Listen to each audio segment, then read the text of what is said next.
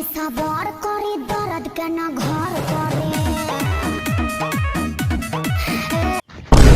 सैया जी सबर करी ई काहे खातिर हो?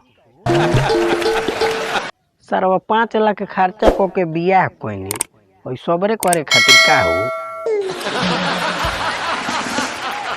बताइए भैया लोग, हेतना रुपया पैसा खर्चा क के केहू सबर क के बैठी? बाकी हे भौजी के कुछ बुझाते नइखे।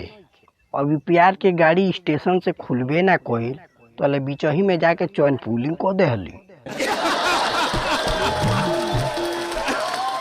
औरी का बताइए भैया, हे भौजी के जितना परेशानी होला नु सब बिहवे के बाद होला।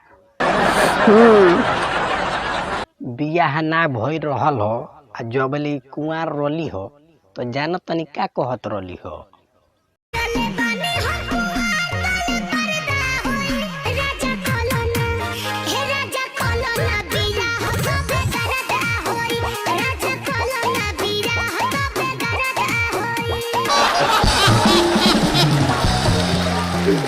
अब देख लिए भैया, बियाहो क लेहनी तभी को हर तारीख सैया जी सबर करी आ दर्द के ना घर करी।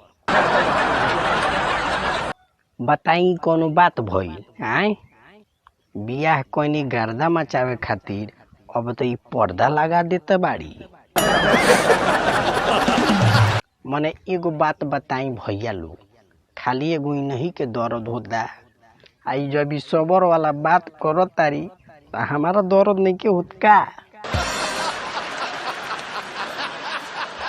बाकी हम ई दर्द के करा से सुनाई, सोचनी कि बियाह हो जाई तो मेहरारू के साथे प्यार होई, बाकी रोजो मारे पीट होता। मने ई सोचत तारी नु कि हम दुआरा जाके आ पुअरा पसूती तब सारावा एकरा से निमन रहित कि बिहवे ना भई रहित, हम बाणे रहती, कम से कम लोग हमारा के रिगाइत ना नु। अब बिहवो क लेहनी आ दुआरा पुअरा पर जाके बिहान करतानी।